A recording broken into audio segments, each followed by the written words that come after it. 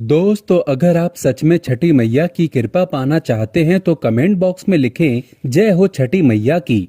छठी मैया का आशीर्वाद आपके परिवार पर सदैव बना रहे।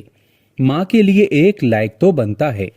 दोस्तों, छठ पूजा में छठी मैया को ये 3 चीजें कभी मत चढ़ाना। भूलकर भी ऐसी छठ पूजा कभी मत करना। घोर पाप लगता है और व्रत टूट जाता है। छठी मैया क्रोधित हो जाती हैं। दोस्तों, आगे बढ़ने से पहले हमारे चैनल को जरूर सब्सक्राइब करें और इस बेल आइकन को दबाना ना भूलें। दोस्तों, हिंदी पंचांग के अनुसार छठ हर वर्ष कार्तिक मास के शुक्ल पक्ष की षष्ठी यानी छठी तिथि पर मनाया जाता है। ये हमेशा दीपावली के 6 दिन बाद पड़ता है, जो नहाय खाए की परंपरा से प्रारंभ होता है। ये व्रत करने वाले व्रतधारी 36 घंटे तक निर्जला व्रत रखते हैं, जिसके बाद छठी मैया की आराधना और सूर्यदेव को अर्घ्य देने के बाद इस व्रत का समापन किया जाता है।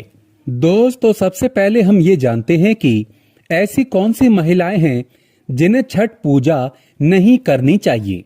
लगता है घोर पाप और व्रत टूट जाता है। छठ मैया क्रोधित हो जाती हैं। दोस्तों, छठ पूजा का व्रत ऐसी महिलाएं गलती से भी ना रखें, अन्यथा आपकी संतान की मृत्यु हो सकती है। पति पर भारी संकट आ सकते हैं। उल्टा आप पाप के भागीदार बन सकते हैं। ऐसी महिलाएं छठ पूजा से रहें दूर। दोस्तों, कार्तिक मास की षष्ठी को छठ मनाई जाती है।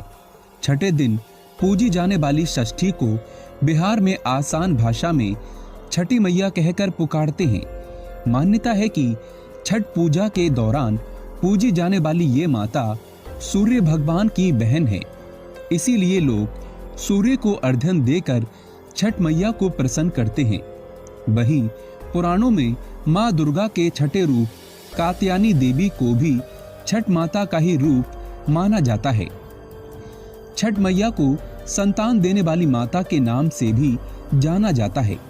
मान्यता है कि ये पर्व संतान के लिए मनाया जाता है, खासकर वो जोड़े जिन्हें संतान की प्राप्ति नहीं हुई है, तो वो छठ का व्रत रखते हैं। वहीं सभी अपने बच्चों की सुख शांति के लिए छठ मनाते हैं।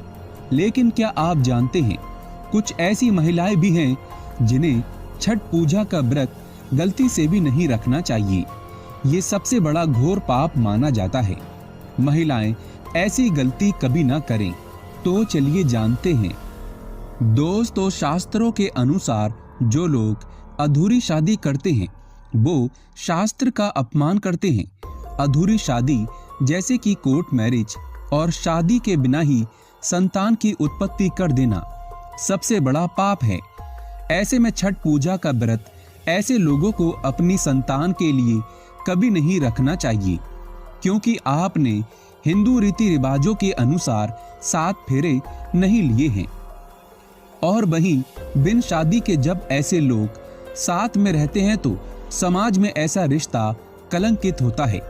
इसीलिए ऐसी स्त्री किसी भी धार्मिक कार्य में तभी ही सफल व शामिल हो सकती है जब वो अग्नि के 7 फेरे ले ले।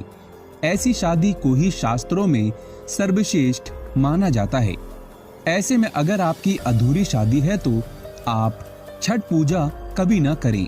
आपके ऐसा करने से छठी मैया का अपमान माना जाएगा और आपको पाप लग सकता है। दोस्तों, शास्त्रों के अनुसार इस व्रत को सच्चे मन से रखना चाहिए। अगर कोई महिला शौक में यानी बेमन से इस व्रत को रखती है तो उसके पति या संतान की मृत्यु या उन पर कष्ट आ सकते हैं। सच्ची श्रद्धा के साथ छठ पूजा का व्रत रखना चाहिए। इस व्रत के सफल होने से संतान सुख की प्राप्ति होती है। संतान को कष्ट कभी नहीं आते। छठी मैया करती है रक्षा। घर परिवार होता है खुशहाल। छठ पूजा करने से सैकड़ों यज्ञों के फल की प्राप्ति होती है। परिवार में सुख समृद्धि धन की प्राप्ति होती है। छठी मैया की पूजा से सभी मनोकामनाएं होती हैं पूरी। दोस्तों, वहीं कुंवारी कन्याएं और पुरुष भी छठ पूजा कर सकते हैं। छठ पूजा का फल कई गुना प्राप्त होता है। इससे व्यक्ति के सभी पाप खत्म हो जाते हैं और सुख समृद्धि की प्राप्ति होती है।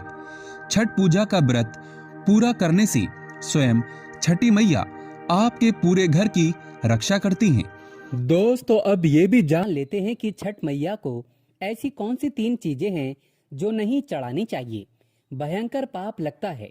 दोस्तों नंबर 1, सूर्य भगवान को अर्घ देने के लिए तांबे का लोटा ही प्रयोग करें, लेकिन भूल कर भी चांदी, स्टील, शीशा और प्लास्टिक के बर्तन से अर्घ नहीं देना चाहिए, इससे व्रत टूट सकता है। दोस्तों नंबर 2, व्रत के दौरान घर में कभी भी मांसाहार ना बनाएं और ना ही परिवार में किसी को खाने दें। साथ ही साथ व्रत के दौरान घर में मदिरा आदि या धूम्रपान भी नहीं करना चाहिए। दोस्तों नंबर 3, छठी मैया का प्रसाद बहुत ही शुद्धता के साथ बनाया जाता है। उनका प्रसाद हमेशा ऐसे चूल्हे पर बनाएं जिसे ताजा लीपा गया हो। यदि गैस पर बना रहे हो तो गैस स्टोव को अच्छी तरह से धो लें। पहले से बने चूल्हे पर कभी प्रसाद ना बनाएं, इसके लिए नया चूल्हा ही बनाएं। दोस्तों नंबर 4, सूर्य को अर्घ देने से पहले कभी भी भोजन ग्रहण ना करें, घोर पाप लगेगा। व्रतधारी लोगों को पहले और दूसरे दिन सूर्य को जल देने के बाद ही भोजन करना चाहिए। नंबर 5, छठी मैया से मांगी मन्नत अगर पूरी हो जाए तो आपको अपनी मन्नत को पूरा होने की विशेष पूजा जरूर करनी चाहिए, अन्यथा मैया के प्रकोप का सामना करना पड़ सकता है। नंबर 6, घर में प्याज और लहसुन का प्रयोग इन 4 दिनों तक भूल कर भी ना करें, इससे जीवन में आपको बहुत बुरे दौर से गुजरना पड़ सकता है। इस समय लहसुन, प्याज वगैरह से दूरी बना लें। दोस्तों नंबर 7, छठ का व्रत करने वालों को जमीन पर 4 दिन तक सोना चाहिए। छठ पूजा वाले कमरे में ही अपना आसन लगाना चाहिए। ऐसे में आपको छठ मैया का ध्यान करते रहना चाहिए, इससे माँ आपके व्रत को संपूर्ण करती है और कोई भी विघ्न बाधा नहीं आती। नंबर 8, जिस जगह पर प्रसाद बन रहा हो वहां साधारण भोजन भी नहीं बनाना चाहिए, साथ ही साथ उस स्थान पर खाना भी वर्जित है। दोस्तों नंबर 9, प्रसाद बनाते हुए नमक का हाथ भी किसी पूजा के वस्तु या प्रसाद से नहीं छूना चाहिए। दोस्तों नंबर 10, पूजा के दौरान अपनी वाणी को बुरी बातों से थोड़ा दूर रखें। जुबान पर गंदे विचार भी नहीं लाना चाहिए। छठी मैया का आशीर्वाद पाने के लिए मन में गंदे विचार नहीं लाने चाहिए। दोस्तों नंबर 11, घर में पूजा के दौरान झूठे बर्तन और गंदे कपड़ों का ढेर बिल्कुल नहीं होना चाहिए, इससे छठी मैया क्रोधित हो जाती हैं और व्रत टूट जाता है। छठी मैया को साफ सफाई बहुत पसंद है। व्रत के दौरान अपने घर को साफ सुथरा रखें और गंगा जल से छिड़काव अवश्य कर लें, इससे पूरा घर पवित्र हो जाता है और छठी मैया का आशीर्वाद प्राप्त हो जाता है। दोस्तों आप में से कौन कौन छठी मैया का आशीर्वाद पाना चाहता है तो सच्चे दिल से कमेंट बॉक्स में लिखें, जय हो छठी मैया।